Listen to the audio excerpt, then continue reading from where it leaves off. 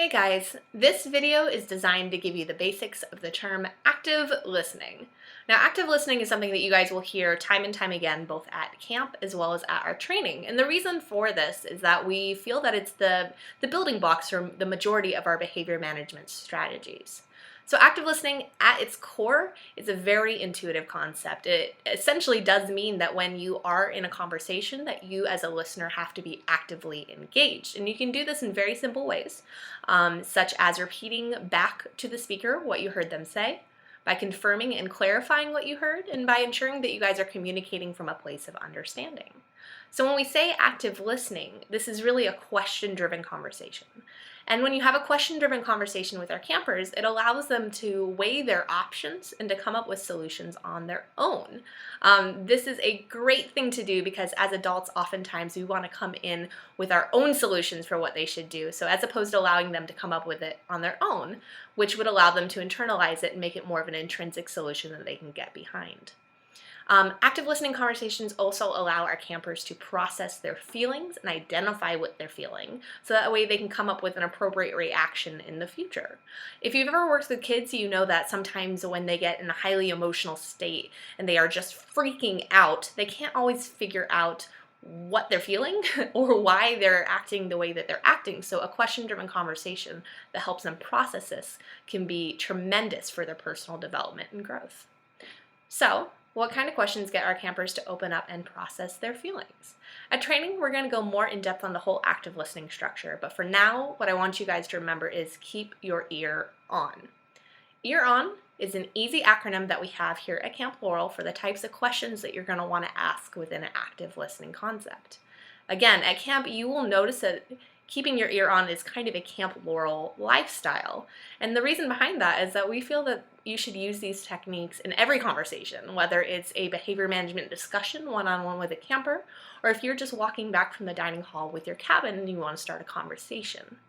When we teach this ear-on structure to our new counselors, we found that sometimes people really get stuck on getting through the entire structure and really concerned about that as opposed to just approaching the conversation organically. And in an organic conversation, you're not going to be able to hit all these points most often, and that's totally okay. The ear-on structure is really just there to get the kid to start talking and to get everyone start processing together. So ear-on, let's talk about it a little bit. E in ear-on stands for examine needs. And this is where you help the camper figure out what need they are trying to meet through their reaction. And this is very easy to do. You can start off your conversation by saying, "Hey, what's going on?" Or, "I noticed that you were acting out in arts class today. Can you tell me what's up?" Something as easy as that can get your camper started to talk to you and starting to process. The A in ear-on stands for action. This is essentially where you find out what action they took and what happened.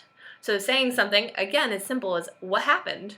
Or to go a little bit more specific, "You said you got into a disagreement with Sally.